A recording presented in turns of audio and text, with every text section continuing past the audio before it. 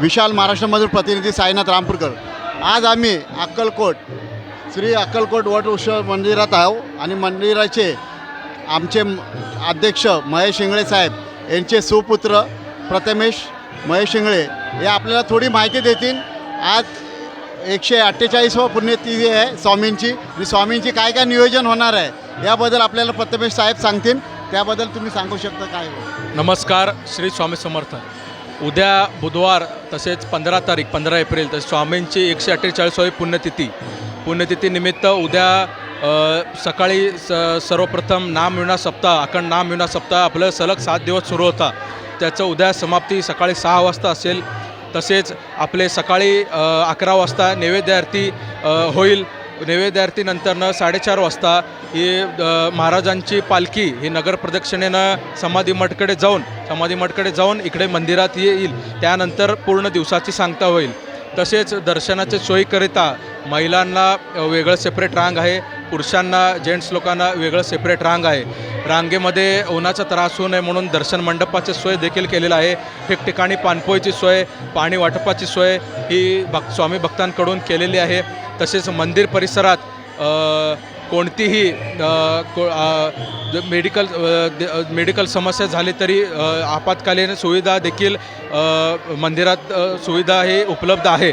त्याच निमित्तानं आपल्या मंदिराची सजावट उद्या पुण्यतिथीनिमित्त मुंबईचे आमचे गणेश पाटील म्हणून सहकारी त्यांच्याकडून उद्या मंदिराची सजावट ही होणार आहे। त्यामुळे त्यांची ही सेवा स्वामी महाराजांचरणी अर्पण केलेली आहे त्यांनी उद्याच्या पुण्यतिथीनिमित्त। तसेच उद्याच्या पालखीचे दर्शन व मंदिराचे दर्शन करण्याकरिता आपले स्वामी भक्तांनी उद्या दर्शन घ्यावे आणि आपले दर्शन कृतार्थ करून घ्यावे ही स्वामींचरणी प्रार्थना। श्री स्वामी। तसेच तुम्ही प्रशासनाला पण प्रशासनाने किती तुम्हाला मदत केली आहे? पोलीस प्रशासनाची आपले सहकार्य भरपूर आहे। तसेच मंदिर प्रशासनाची पण जबाबदारी आहे की भक्तांचे दर्शन सुरळीत व्हावं आणि सुव्यवस्थित व्हावं हीच आपले पहिले प्रायोरिटी राहील। तुम्हाला किती भाविक येऊ शकतात ते अंदाज आहे काय? आता आज भीम जयंतीनिमित्त सुट्टी व उद्या बुधवार आणि परवा गुरुवार असं जुळून आलेलं हे दिवस आहेत। साधारणतः एक 25 ते 30 हजार किंवा 50 हजारपर्यंत हा आकडा जाऊ शकतो। गेल्या वर्षीप्रमाणे पेक्षा यावर्षी गर्दी भरपूर आहे।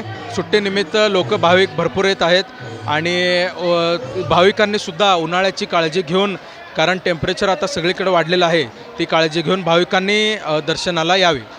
तुम्ही पानपोई मेडिकल प्रथमोपचार हे सगळं तुम्ही राबवत आहे, कसा भाविक त्याचा सहकार्य करतात आहे? ठिकठिकाणी दर्शन रांगेत भाविकांना पाणपोई किंवा भक्तांकडून उद्या पाणी वाटप देखील होणार आहे। त्या सोयीचा भक्तांनी देखील व भाविकांनी देखील लाभ घ्यावा आणि प्रथमोपचाराकरिता मंदिराच्या आजूबाजूला छावणी केलेली आहे। डॉक्टर लोकांचा साथ त्याला मिळणार आहे आणि त्यानिमित्त भाविकांनी त्याचा लाभ घ्यावा आणि जो वापर करून घ्यावा। इथले कर्मचारी आणि तुमचे सेवेकरी किती असणार उद्यापर्यंत? उद्या कर्मचारी आपले भरपूर असतील।